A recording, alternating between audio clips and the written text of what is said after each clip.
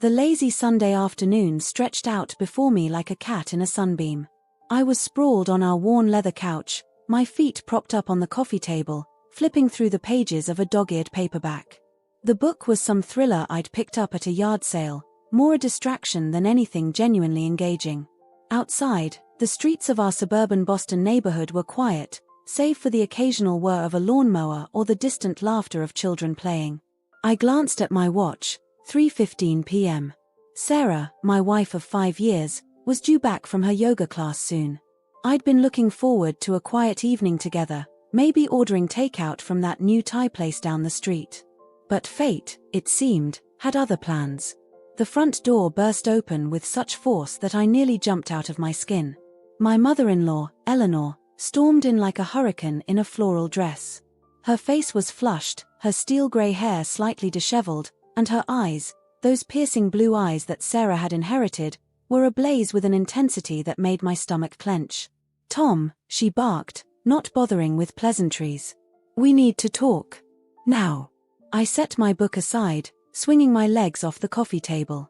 "Hello to you too, Eleanor," I said, trying to keep my tone light. "What brings you by on this fine afternoon?" She didn't sit. Instead, she loomed over me, her shadow falling across my face. "Don't play coy with me, young man," she snapped. "I've just been talking with Sarah, and I'm appalled. Absolutely appalled." I felt a flicker of confusion. Sarah and I hadn't been fighting, at least, not that I was aware of. "What's this about?" I asked, genuinely perplexed. Eleanor's nostrils flared. "It's about the trip, Tom. The luxury European vacation I've been planning for Sarah's birthday. The one you're supposed to be paying for." My heart sank. Ah, yes. That trip. The extravagant, month-long tour of Europe that Eleanor had been hinting at for weeks. The one that would cost more than our mortgage payment for 6 months. The one I'd been quietly dreading, hoping it would somehow just go away. "Eleanor," I began, trying to keep my voice steady, "I thought we'd discussed this." "Sarah and I can't afford," she cut me off, her voice rising. "Don't give me that nonsense. I know you've been saving money. Sarah told me all about it." I felt a flash of betrayal. Yes, I'd been saving, scrimping and penny-pinching for months. But it wasn't for some lavish vacation. It was to pay off the mountain of debt we'd accumulated over the years. Student loans, credit card bills, the emergency car repair from last winter. It all added up to a sum that kept me awake at night. "That money isn't for a vacation," I said, my own anger beginning to simmer. "We have responsibilities, Eleanor. Bills to pay. Debts to clear." Eleanor's eyes narrowed. "Bills," she scoffed. "Debts? Is that all you care about? What about your wife's happiness? What about giving her the experiences she deserves?" I stood up, no longer able to remain seated under her withering glare. "Of course I care about Sarah's happiness," I said, my voice rising to match hers. "But I also care about our future. Our financial stability. I won't jeopardize that for a vacation we can't afford." For a moment, Eleanor was silent. Then, in a voice dripping with disdain, she said, "I always knew you weren't good enough for my daughter. A real man would do anything to make his wife happy." The words stung more than I cared to admit. I'd always felt like an outsider in Eleanor's world of country club memberships and summer homes. Sarah and I had met in college. She was the sophisticated city girl, I was the scholarship kid from a small town in Maine. From the moment Eleanor had laid eyes on me, I could see the disappointment in her face. I wasn't the high-flying lawyer or doctor she'd envisioned for her only daughter. "That's not fair," I said, my voice tight with suppressed emotion. "I love Sarah. Everything I do for us. For our future." Eleanor let out a harsh laugh. "Future? What future? The way you're going, Sarah will be old and grey before she gets to see the world. Is that what you want for her?" I took a deep breath, trying to calm the storm of emotions swirling inside me. "Eleanor, please. Let's discuss this rationally. We can plan a vacation, something more modest, but Eleanor wasn't listening. Her face had turned an alarming shade of red, and I could see a vein pulsing in her forehead. "How dare you?" she hissed. How dare you be so ungrateful? After everything I've done for you too. I felt my own anger rising to meet hers. Ungrateful? Eleanor, we appreciate everything you've done, but that doesn't mean that I never got to finish that sentence. In a move so swift I barely saw it coming, Eleanor's hand connected with my cheek. The slap echoed through the room, leaving a stinging sensation that seemed to reverberate through my entire body. For a moment, we both stood there, frozen in shock. I raised a hand to my burning cheek, staring at Eleanor in disbelief. In all our years of tense interactions, she had never resorted to physical violence. Eleanor, I said, my voice barely above a whisper, I think you should leave. But my mother-in-law wasn't done. Her eyes, so like Sarah's and yet so different, bore into me with an intensity that made me want to shrink away. Listen to me very carefully, Tom, she said, her voice low and dangerous. You will pay for this trip. You will give my daughter the vacation she deserves. Or so help me, I will make sure this marriage is over before you can blink. The threat hung in the air between us, heavy and oppressive. I felt as though all the oxygen had been sucked out of the room. You can't be serious, I managed to choke out. Eleanor's face was a mask of cold determination. Try me, she said. You have no idea what I'm capable of when it comes to my daughter's happiness. In that moment, looking into her eyes, I believed her. This woman, who had never approved of me, who had always seen me as beneath her daughter, was fully prepared to tear our lives apart over a vacation. I stood there, my mind racing. Part of me wanted to stand my ground, to tell Eleanor exactly where she could shove her ultimatum. But another part, the part that loved Sarah more than anything in this world, wavered. Could I really risk my marriage over this? Okay, I heard myself say, the word tasting like ash in my mouth. Okay, Eleanor. You win. I'll pay for the trip. A triumphant smile spread across Eleanor's face, and I felt something inside me shrivel up and die. I knew you'd see reason, she said, her tone suddenly honeyed. Sarah will be so thrilled. As if on cue, I heard the sound of a key in the lock. Eleanor's expression smoothed out, all traces of our confrontation disappearing as if they had never existed. Sarah walked in, her yoga mat tucked under her arm, her cheeks flushed from exercise. Mom, she said, surprise evident in her voice. What are you doing here? Eleanor swept forward, enveloping Sarah in a hug. Oh, darling, she gushed, I have the most wonderful news. Tom has agreed to pay for that European vacation we've been talking about. Isn't that marvelous? Sarah's eyes widened, darting between her mother and me. Really, she said, a note of hesitation in her voice. Tom, are you sure? I know we've been trying to save. I forced a smile onto my face, ignoring the ache in my cheek where Eleanor's hand had connected. It's fine, honey, I lied. You deserve it. As Sarah's face lit up with excitement, chattering away with her mother about itineraries and destinations, I felt a cold knot of resentment settle in my stomach. This wasn't over. Not by a long shot. Eleanor may have won this battle, but I was damned if I was going to let her win the war. Little did they know, as I stood there with a forced smile plastered on my face, that this moment, this ultimatum, was just the beginning. The seeds of rebellion were already taking root in my mind. Eleanor had pushed me too far, and now, she was going to learn that I wasn't the pushover she thought I was. As I watched Sarah and Eleanor, their heads bent together over a travel brochure that had materialized from Eleanor's oversized purse, I made a silent vow to myself. I would find a way out of this. I would reclaim control over my life, my marriage, my future. And when I did, Eleanor wouldn't know what hit her. The storm that had been brewing all afternoon was about to break, and none of us were prepared for the deluge that was coming. The front door clicked shut behind Eleanor and Sarah, their excited chatter about the upcoming European adventure fading into the distance. I stood in the living room, my cheek still stinging from Eleanor's slap, feeling as though the walls were closing in on me. The house that had been our sanctuary, our home for the past 5 years, suddenly felt like a gilded cage. I wandered into the kitchen, my feet moving of their own accord. The calendar on the fridge caught my eye, covered in Sarah's neat handwriting, detailing our plans for the coming months. Dinner with friends next Friday. My dental appointment. Sarah's book club meeting. All these mundane details of a life we'd built together, now overshadowed by the looming specter of Eleanor's ultimatum. My hand reached for the bottle of whiskey we kept in the top cabinet, a gift from a colleague, barely touched. I wasn't much of a drinker, but right now, I needed something to dull the edge of my thoughts. The amber liquid burned as it went down, a welcome distraction from the turmoil in my mind. As the initial shock began to wear off, anger started to bubble up inside me. Who did Eleanor think she was, storming into our home and making demands? And Sarah, how could she have told her mother about our savings without discussing it with me first? The betrayal stung almost as much as Eleanor's slap. I found myself pacing the length of our small living room, from the bookshelf crammed with Sarah's novels and my engineering textbooks to the window overlooking our postage stamp of a backyard. Each lap fueled my resentment, my frustration, my fear. What would happen if I refused to go through with this?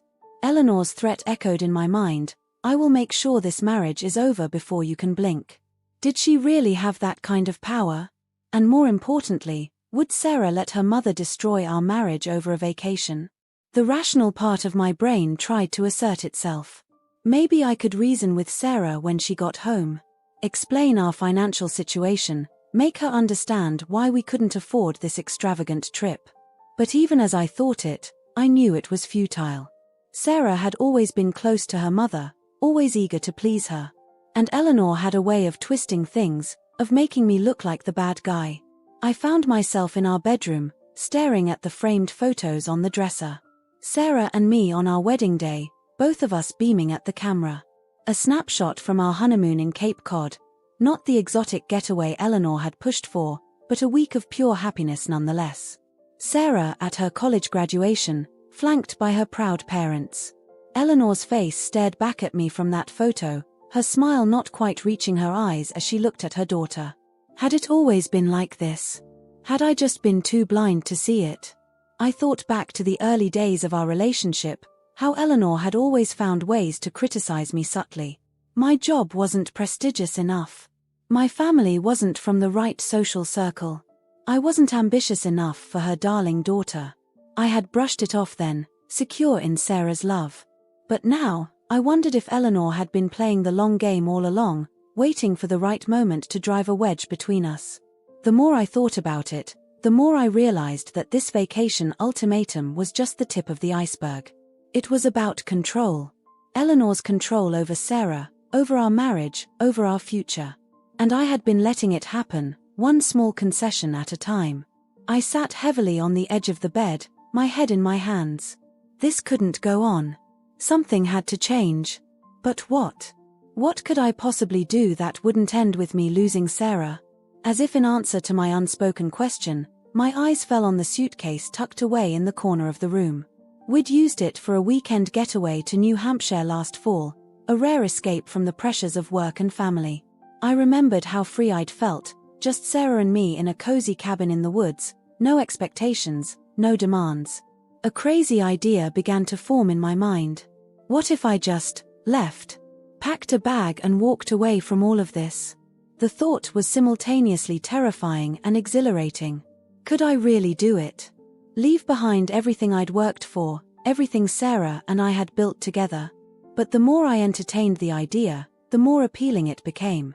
It wouldn't be forever, I told myself. Just long enough to clear my head, to figure out what I really wanted. And maybe, just maybe, it would be the wake-up call Sarah needed to see how toxic her mother's influence had become. Before I could talk myself out of it, I grabbed the suitcase and began to pack. Clothes, toiletries, my laptop. I moved through the house like a man possessed, gathering the essentials. My hands were shaking, but my mind felt clearer than it had in months. As I packed, I tried to imagine Sarah's reaction when she came home to find me gone. Would she be angry? Hurt? Relieved? I pushed the thought away. I couldn't let myself get bogged down in guilt now. This was about survival, the survival of my self-respect, my independence, maybe even my sanity. I paused in the kitchen, scribbling a note on the back of a grocery receipt. I'm sorry, but I can't do this anymore. I need to find my own path. It felt inadequate, but what could I possibly say to explain this decision? How could I make her understand that this was about more than just a vacation? As I stood there, pen hovering over the paper, I heard the sound of a car pulling into the driveway. Sarah. She was home earlier than I expected. Panic surged through me. I wasn't ready for a confrontation. I couldn't face her now, not when my resolve was still so fragile. In a split-second decision, I grabbed my suitcase and headed for the back door. As I slipped out into the gathering dusk, I heard the front door open, Sarah's voice calling out a cheerful greeting. I froze for a moment, my heart pounding. Then, steeling myself, I continued down the path to the alley behind our house. I threw my suitcase into the trunk of my car, which was parked on the street, and slid into the driver's seat. My hands were shaking so badly I could barely get the key in the ignition. As the engine roared to life, I caught a glimpse of our bedroom window lighting up. Sarah, going about her normal routine, unaware that her world was about to be turned upside down. For a moment, my resolve wavered. I could still go back. Apologize to Sarah for acting weird, make up some excuse about working late. We could have dinner, talk about her day, pretend everything was normal. The temptation was almost overwhelming. But then I remembered Eleanor's face, twisted with anger and contempt. I remembered the years of subtle put-downs, of feeling like I was never good enough. And I knew that if I went back now, nothing would ever change. I would always be the son-in-law who didn't measure up, the husband who couldn't give his wife the life her mother thought she deserved. With a deep breath, I put the car in drive and pulled away from the curb. As I turned onto the main road, I caught one last glimpse of our house in the rearview mirror. The home we had made together, now just another place I was leaving behind. I had no real plan, no destination in mind. All I knew was that I needed to put some distance between myself and the life I was leaving behind. As the familiar streets of our neighborhood gave way to the highway, I felt a strange mix of terror and exhilaration. For the first time in years, my future was entirely my own. As I drove into the gathering darkness, my mind raced with questions. Was I doing the right thing? Would Sarah understand? Could our marriage survive this? I had no answers, only the vague hope that somehow, this drastic action would lead to a better future, for both of us. The lights of Boston receded in my rearview mirror, and with them, the weight of expectations and obligations I'd been carrying for so long. I was stepping into the unknown, leaving behind the safety of the familiar for the uncertainty of a new path. It was terrifying, yes, but also strangely liberating. As I merged onto the interstate, heading north with no particular destination in mind, I realized that this was more than just running away. It was a declaration of independence, a reclaiming of my own identity. Whatever happened next, I knew one thing for certain: I was no longer going to let Eleanor, or anyone else, dictate the terms of my life. The road stretched out before me, dark and full of possibility. I had no idea where it would lead, but for the first time in a long time, I felt like I was truly in control of my own destiny. The decision had been made. There was no turning back now. The first rays of sunlight were just beginning to peek over the horizon when I finally pulled into the parking lot of a small motel just off the highway.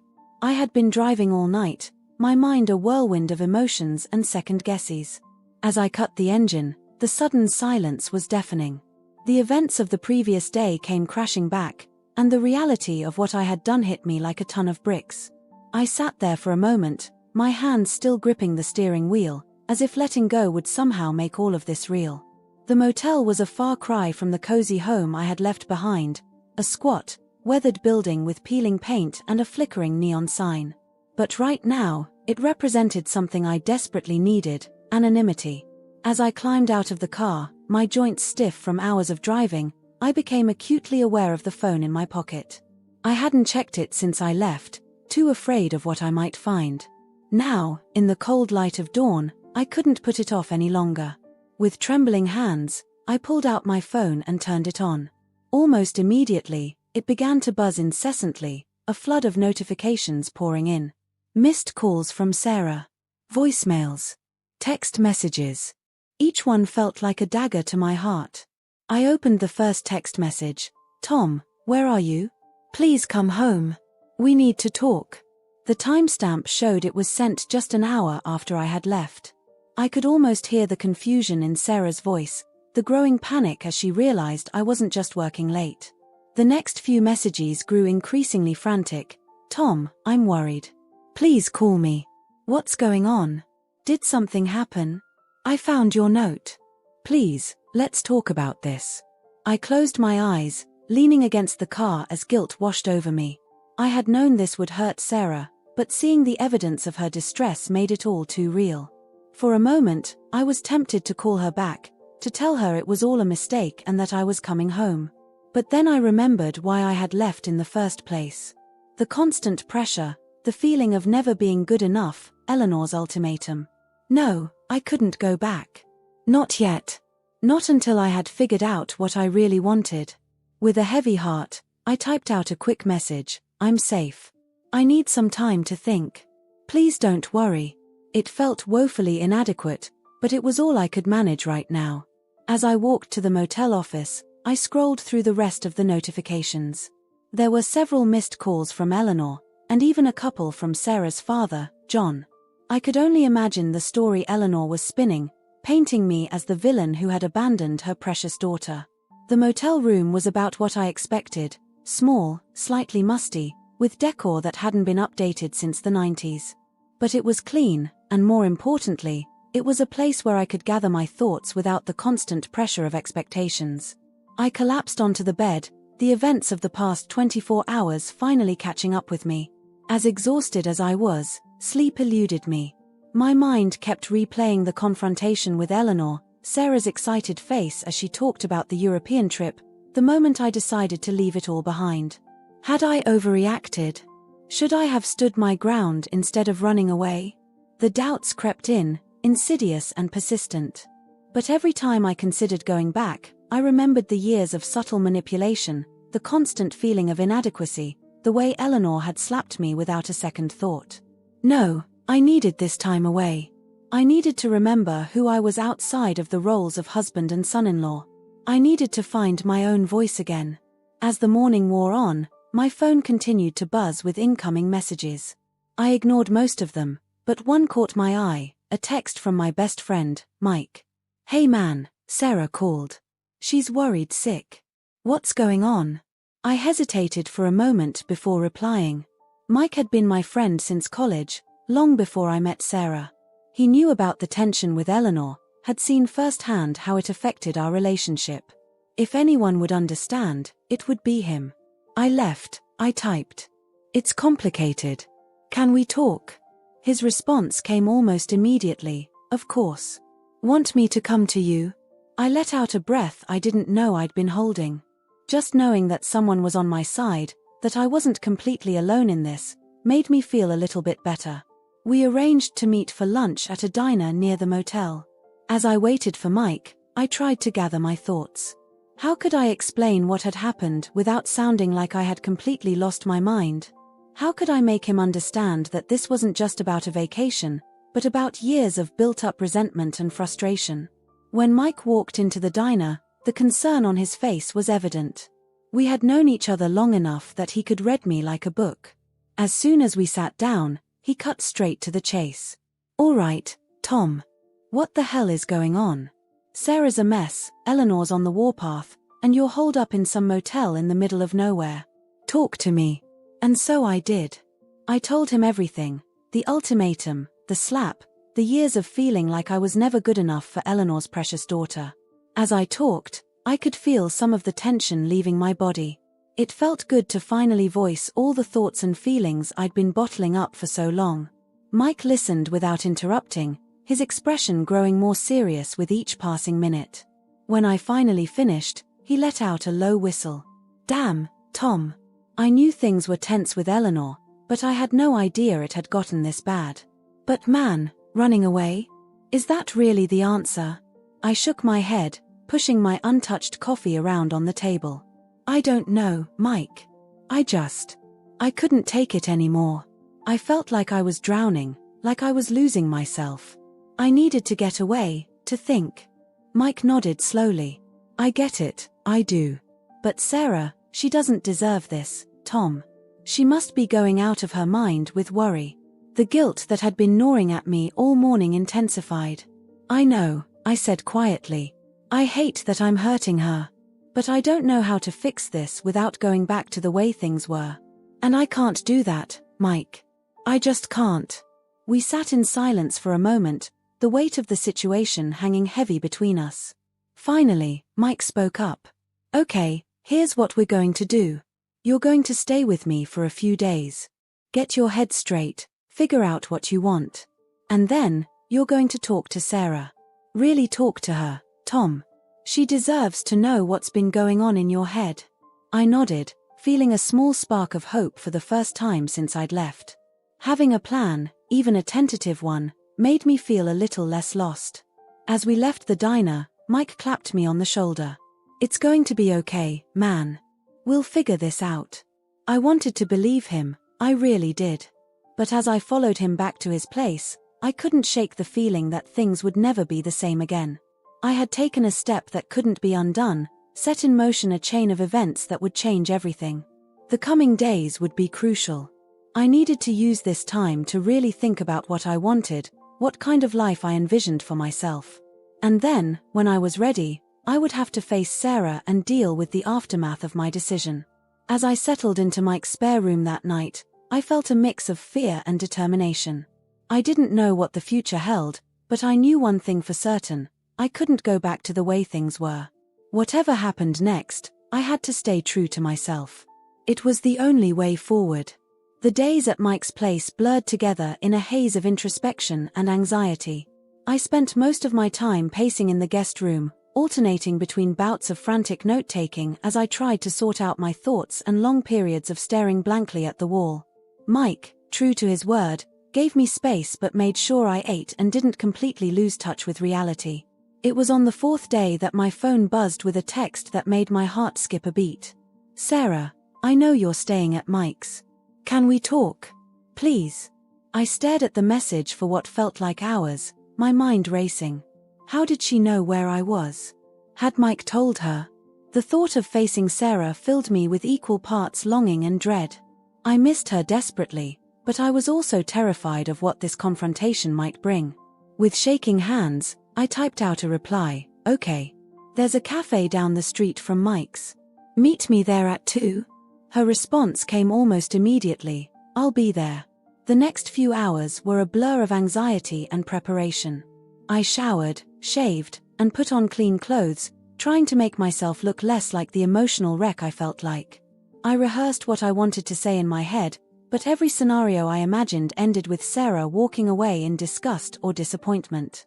At 1:45, I walked into the cafe, choosing a quiet corner table where we could talk without being overheard. The place was nearly empty, just a couple of college students with laptops and an elderly man reading a newspaper. I ordered a coffee I knew I wouldn't drink and waited, my leg bouncing nervously under the table. At precisely 2 o'clock, the bell above the door chimed, and Sarah walked in. My breath caught in my throat. She looked beautiful, as always, but I could see the toll the past few days had taken on her. There were dark circles under her eyes, and her usual confident stride was replaced by a hesitant gait. Our eyes met, and for a moment, neither of us moved. Then, as if drawn by an invisible force, she made her way to my table.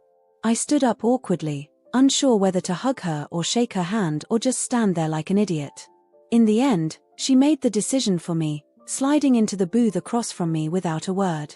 Hi, I said, my voice sounding strange and foreign to my own ears. Hi, she replied, her tone unreadable. We sat in uncomfortable silence for a moment, the weight of everything unsaid hanging heavy between us. Finally, Sarah spoke.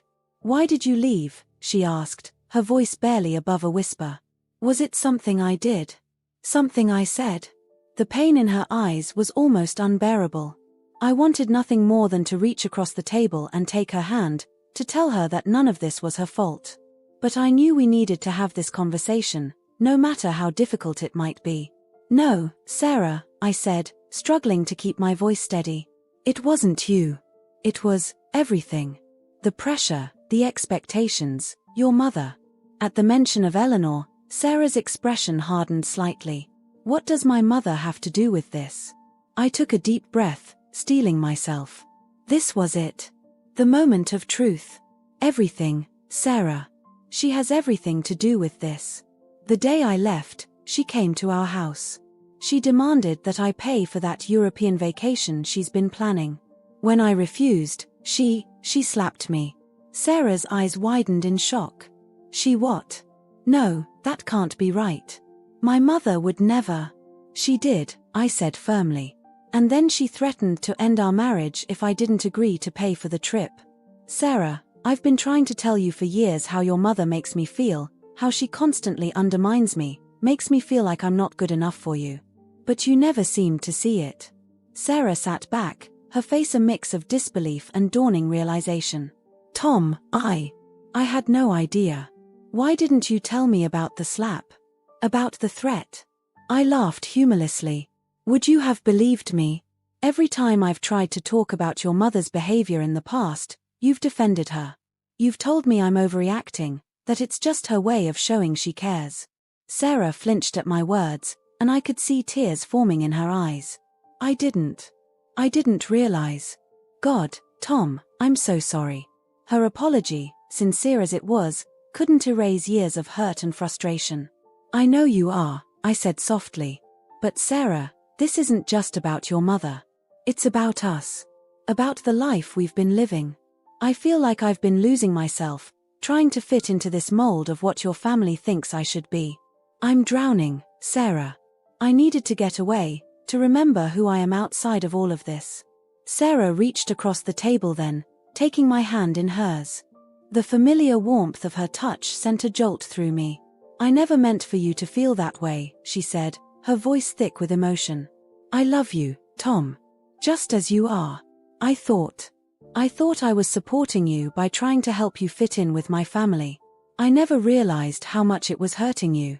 I squeezed her hand gently. I know you didn't mean to hurt me. But Sarah, we can't go on like this. Something has to change. She nodded slowly, wiping away a tear with her free hand. You're right. But Tom, running away, that's not the answer. We need to face this together. We need to set boundaries with my mother, with my family. I see that now. I felt a glimmer of hope at her words, but I was still cautious. Can we really do that? Your mother she's a force of nature, Sarah. And you've always been so close to her. I don't want to come between you and your family. Sarah's grip on my hand tightened. You're my family too, Tom. I've been blind to what's been happening, and I'm so sorry for that. But I want to make this right. I want us to be a team, to stand up to my mother together. I could feel my resolve wavering. The past few days without Sarah had been hell, and the thought of facing our problems together was tempting. But I also knew that change wouldn't come easily. It won't be easy, I said, voicing my concerns. Your mother isn't going to like it when we start setting boundaries. Are you sure you're ready for that? Sarah took a deep breath, squaring her shoulders. I'm sure. I love my mother, but I love you too. And I won't let her or anyone else come between us. We'll figure this out together, okay? I nodded, feeling a weight lift from my shoulders. We weren't out of the woods yet, not by a long shot. But for the first time in a long time, I felt like we were truly on the same page. Okay, I said. Together. We spent the next hour talking, really talking, in a way we hadn't in years. Sarah told me about her shock and confusion when she found my note, about the frantic calls to friends and family. I shared more details about the confrontation with Eleanor, about the years of built-up resentment and frustration. As we talked, I could see Sarah processing everything, her expression shifting from shock to anger to determination. By the time we left the cafe, hand in hand, we had the beginnings of a plan. We would go home together, but we would also start couples therapy. We would set clear boundaries with Eleanor and the rest of Sarah's family. And most importantly, we would prioritize our relationship and our own well-being over anyone else's expectations. As we walked back to Mike's place to get my things, Sarah looked up at me, her eyes filled with a mixture of love and resolve. We're going to get through this, Tom. It won't be easy, but we'll do it together. I pulled her close, breathing in the familiar scent of her shampoo. Together, I agreed. The road ahead would be challenging, I knew. Confronting Eleanor, changing the dynamics of our relationship with Sarah's family, working through years of built-up issues. None of it would be easy. But as we walked down the street, our hands intertwined, I felt a sense of hope I hadn't experienced in years. We had taken the first step towards reclaiming our life together. Whatever came next, we would face it as a united front. And for the first time in a long time, I felt like that might just be enough. The drive back to our house felt both familiar and strange. Sarah's hand rested on my knee as I navigated the streets we'd driven countless times before, but there was a new tension in the air. We were both acutely aware that we were heading back not just to our home, but to the epicenter of the storm we'd have to weather. As we pulled into our driveway, I noticed Eleanor's car parked on the street. Sarah's grip on my knee tightened. "She's here," she said, her voice a mixture of determination and apprehension. I turned off the engine but didn't move to get out.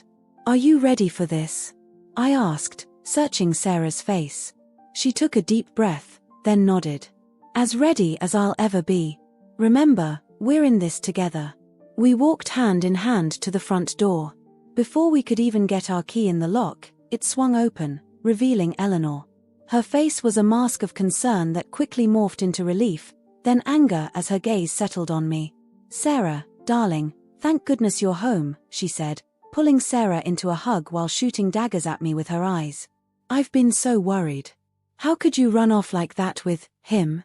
Sarah gently but firmly extricated herself from her mother's embrace. "Mom, we need to talk. All of us." Eleanor's eyes narrowed, but she stepped back, allowing us to enter our own home. The living room, which had always felt cozy and welcoming, now seemed charged with tension. Family photos on the walls felt like silent witnesses to the confrontation that was about to unfold. We sat down, Sarah and I on the couch, Eleanor in the armchair across from us. For a moment, nobody spoke. Then Sarah, her voice steadier than I expected, began. "Mom, I know you're upset, and you have every right to be concerned. But Tom and I have talked, and there are some things we need to address." Eleanor's posture stiffened. "What things?" "Sarah, if he's put you up to this, he hasn't put me up to anything," Sarah interrupted, a hint of steel in her voice. "In fact, it's taken far too long for me to see what's been happening. Mom, the way you've been treating Tom, the way you've been interfering in our marriage, it has to stop." Eleanor's face flushed with indignation. "Interfering? I've only ever wanted what's best for you, Sarah. And if he," she jerked her head in my direction, "can't provide that, then what?" I found myself saying, my own anger finally bubbling to the surface. "You'll try to break us up? Force Sarah to choose between her husband and her mother?" "Tom," Sarah said softly, placing a calming hand on my arm. She turned back to Eleanor. "Mom, I love you. You're my mother and that will never change. But Tom is my husband, my partner. We're a team. And if you can't respect that, if you can't treat him with the same love and respect you show me, then we're going to have to set some boundaries."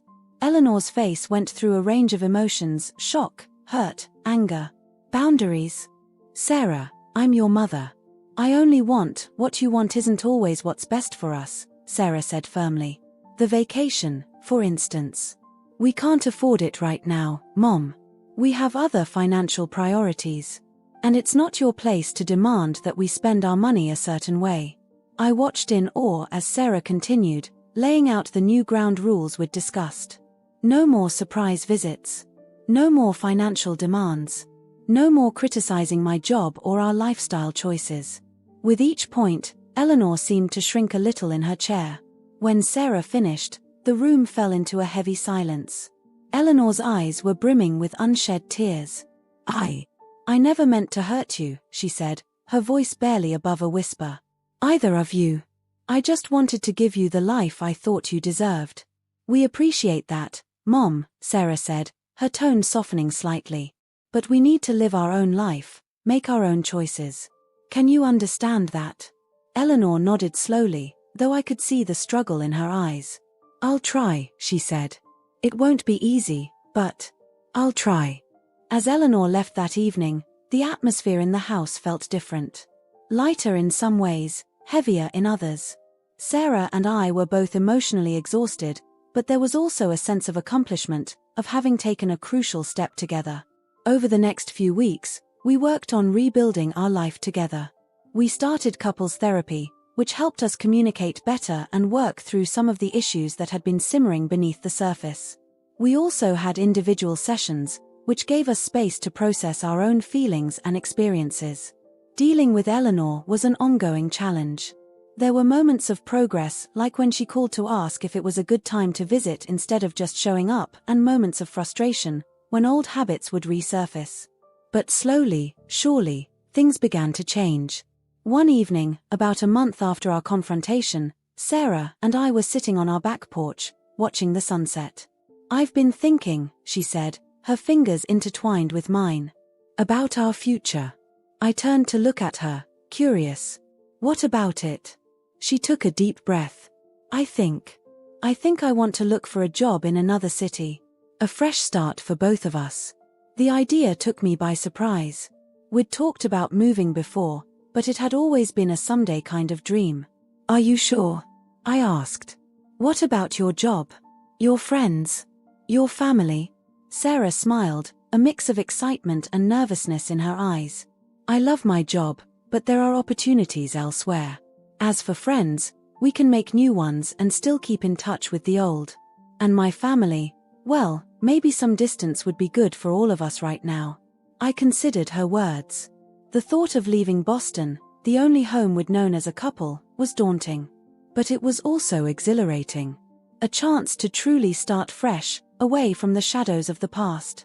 "Where were you thinking?" I asked, feeling a spark of excitement ignite within me. "I was looking at some openings in Seattle," she said. "It's a big change, I know. But I think it could be good for us. What do you think?" I took a moment to really consider it. Seattle was on the other side of the country, about as far from Boston and Eleanor as we could get while still being in the continental US. It would mean leaving behind everything familiar, but it also offered the promise of a new beginning. "I think," I said slowly, "that it sounds like an adventure. And I can't think of anyone I'd rather have an adventure with than you." Sarah's face lit up with a smile that made my heart skip a beat. It was the smile I'd fallen in love with all those years ago, full of hope and possibility. "Really? You'd be willing to make such a big move?" I nodded, feeling more certain with each passing moment. "Really. We've been talking about making changes, about putting our relationship first. This feels like a concrete step in that direction." We spent the rest of the evening discussing the logistics, job searches, housing options, what we'd take with us and what we'd leave behind. It was overwhelming, but also incredibly exciting. For the first time in a long time, I felt like we were truly in control of our lives, making choices based on what we wanted, not what others expected of us. The next day, we started putting our plan into action. Sarah began looking for job openings in Seattle, while I researched the tech industry there. We made lists of what we'd need to do to prepare for such a big move. It was a lot of work, but it felt good to be working towards something together. Telling Eleanor about our decision was another hurdle we had to face. We invited her over for dinner, wanting to break the news in person. As expected, she didn't take it well at first. There were tears, accusations, pleas for us to reconsider. But Sarah stood firm, reminding her mother of the boundaries we'd set and our need to live our own lives. To my surprise, it was Eleanor who finally broke the tension. I understand," she said, her voice thick with emotion. "I don't like it, but I understand. Just promise me you'll visit. And call. Often." As we hugged Eleanor goodbye that night, I felt a glimmer of hope. Maybe this move would be good not just for Sarah and me, but for our relationship with her family as well. Distance, in this case, might indeed make the heart grow fonder. In the weeks that followed, our lives became a whirlwind of activity. Job applications, video interviews, housing searches, all while trying to wrap up our lives in Boston. It was stressful, but it was also invigorating. Each step we took towards our new life in Seattle felt like a step towards a stronger, healthier relationship. One night, as we sat surrounded by half-packed boxes, Sarah turned to me with a mischievous glint in her eye. "You know," she said, "we never did get to take that European vacation." I tensed for a moment, memories of Eleanor's ultimatum flashing through my mind. But Sarah just laughed. "Relax," she said. "I was thinking, maybe once we're settled in Seattle, we could start saving for a trip. One that we plan, together. No pressure, no expectations. Just us." I felt a warmth spread through my chest. "I'd like that," I said, pulling her close. "I'd like that a lot." As I held Sarah in our soon-to-be-former living room, surrounded by the physical manifestations of our impending change, I felt a profound sense of peace. We had faced our challenges head-on, made difficult choices, and come out stronger for it.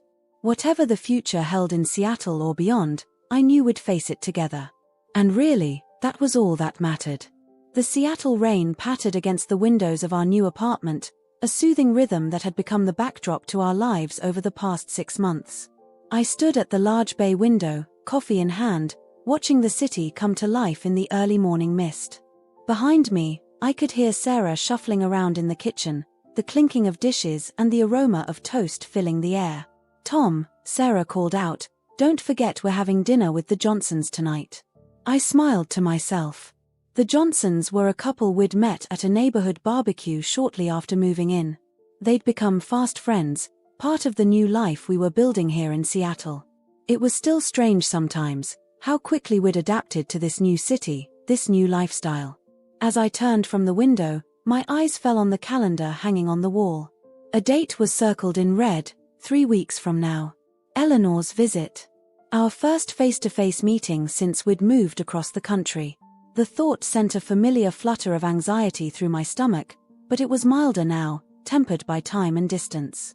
"You okay?" Sarah asked, coming up behind me and wrapping her arms around my waist. She'd noticed my gaze on the calendar. I nodded, leaning back into her embrace. "Yeah, just thinking about your mom's visit. How are you feeling about it?" Sarah was quiet for a moment, her chin resting on my shoulder. "Nervous," she admitted. "But also, hopeful. We've come a long way, all of us." She was right. The past 6 months had been a journey of growth and healing, not just for Sarah and me, but for our relationship with Eleanor as well. The weekly video calls had been awkward at first, stilted and filled with uncomfortable silences. But gradually, things had begun to change. I remembered the first time Eleanor had asked about my new job, showing genuine interest in my work at the tech startup I'd joined. It was a small thing, but it had felt monumental at the time. Sarah had squeezed my hand off camera, both of us recognizing the effort Eleanor was making. There had been setbacks, of course. The time Eleanor had made an offhand comment about the size of our apartment compared to our house in Boston, or when she'd pushed a little too hard about when we were planning to start a family. But instead of letting these moments derail us, we'd addressed them head-on, Sarah gently but firmly reminding her mother of our boundaries. "You're right," I said, turning to face Sarah. "We have come a long way. And hey, if it gets too overwhelming, we can always escape to Pike Place Market. Your mom did say she wanted to see the fish-throwing thing." Sarah laughed, the sound lightening the mood. True. Though knowing Mom, she'd probably try to negotiate a better price for the salmon. As we finished getting ready for work, I found myself reflecting on how much our lives had changed.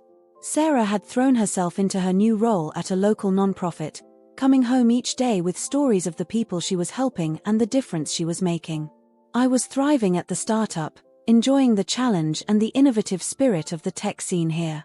But more than our professional lives, it was our relationship that had undergone the most profound transformation. The distance from Boston, from the pressures and expectations we'd left behind, had allowed us to rediscover each other. We communicated more openly, laughed more freely, and faced challenges as a united front. That evening, as we sat around the dinner table with the Johnsons, the conversation flowed easily. We talked about work, about the latest exhibit at the Seattle Art Museum, about our plans for the upcoming weekend. It struck me how natural it all felt, how at home we were in this new life we'd built. "So," Lisa Johnson said, refilling her wine glass, "are you too excited about your mom's visit, Sarah? Must be the first time since you moved here, right?" I felt Sarah tense slightly beside me, but her voice was steady when she replied. "We are. It's been an adjustment, being so far apart, But in many ways, I think it's been good for our relationship. As Sarah went on to explain some of the changes we'd seen in our interactions with Eleanor, I marveled at her strength and grace. She'd come so far from the woman who had struggled to stand up to her mother, who had been caught between her love for me and her desire to please her family. Later that night, as we got ready for bed, Sarah brought up the conversation from dinner. "You know, talking about Mom's visit with the Johnsons made me realize something," she said, perching on the edge of the bed. "What's that?" I asked, sitting down beside her. "I'm not just nervous about the visit. I'm actually kind of excited." She looked almost surprised at her own words. "I mean, don't get me wrong, I'm sure there will be moments of tension. But I'm looking forward to showing her our life here, to her seeing how happy we are." I pulled her into a hug, feeling a surge of love and pride. "I'm glad," I said softly. "And you're right, we are happy here." The next 3 weeks flew by in a blur of work, social engagements, and preparations for Eleanor's visit. Before we knew it, we were standing at the arrivals gate at SeaTac Airport, watching as Eleanor emerged from the crowd of passengers. She looked smaller somehow, less imposing than I remembered. As she spotted us and waved, I was struck by the genuine smile on her face. This wasn't the Eleanor who had stormed into our home in Boston, demanding and judgmental. This was a woman who had also been on a journey these past months. "Sarah, darling," Eleanor exclaimed, embracing her daughter. Then, to my surprise, she turned to me. "Tom," she said warmly, pulling me into a hug as well. "It's so good to see you both." As we made our way to the car, Eleanor chatted about her flight, about the unseasonably warm weather in Boston, about the book she'd been reading. It was normal. Pleasant, even. Sarah caught my eye over her mother's head, a look of pleased surprise on her face. The next few days were a whirlwind of sightseeing and catching up. We took Eleanor to all our favorite spots, the Space Needle, Pike Place Market, the waterfront. We introduced her to the Johnsons and some of our other friends at a small dinner party. Through it all, Eleanor was gracious, interested, and most surprisingly, respectful of our space and our choices. It wasn't perfect, of course. There were moments when old habits threatened to resurface, a pointed comment about the cost of living in Seattle, a not-so-subtle hint about grandchildren. But each time, we addressed it calmly and directly, and Eleanor listened. Really listened. On Eleanor's last night with us, after a lovely dinner at a local restaurant, we sat in our living room, the city lights twinkling outside our window. Eleanor looked around the room, taking in the photos on the walls, the books on the shelves, the little touches that made this space uniquely ours. "You've built a beautiful life here," she said softly. "I can see how happy you both are." Sarah reached out and took her mother's hand. "We are, Mom. Thank you for seeing that." Eleanor's eyes glistened with unshed tears. "I owe you both an apology," she said, her voice thick with emotion. "I was so caught up in what I thought was best for you, Sarah, that I couldn't see what was right in front of me. Tom," she turned to me, "I'm sorry for how I treated you. You're a good man, and you make my daughter happy. That's all I should have cared about." I felt a lump form in my throat. "Thank you, Eleanor," I managed to say. "That means a lot." We spent the rest of the evening talking, really talking, about our hopes, our fears, our dreams for the future. It felt like the final pieces of a long unsolved puzzle were finally falling into place. The next morning, as we said goodbye to Eleanor at the airport, there were tears, but they were tears of gratitude and hope, not of sadness or resentment. As we watched her disappear through security, Sarah leaned into me, and I wrapped my arm around her shoulders. "Well," she said, looking up at me with a smile, "I think we can call that a success." I nodded, placing a kiss on her forehead. "Definitely. Now, how about we go home and start planning that European vacation?" Sarah laughed, the sound echoing through the busy airport. "I thought you'd never ask." As we walked hand in hand out of the airport and into the bright Seattle morning, I felt a profound sense of peace. We had faced our challenges, made difficult choices, and come out stronger for it. Our life wasn't perfect, no life ever is, but it was ours, built on a foundation of love, respect, and understanding. The road ahead would undoubtedly have its bumps and turns, but I knew that together, Sarah and I could handle whatever came our way. We had chosen each other, chosen our path, and in doing so, we had found not just resolution, but a new beginning. The Seattle rain began to fall lightly as we reached our car, but neither of us minded. After all, a little rain never hurt anyone, especially not here in our new home, where we had finally found our place in the world, together.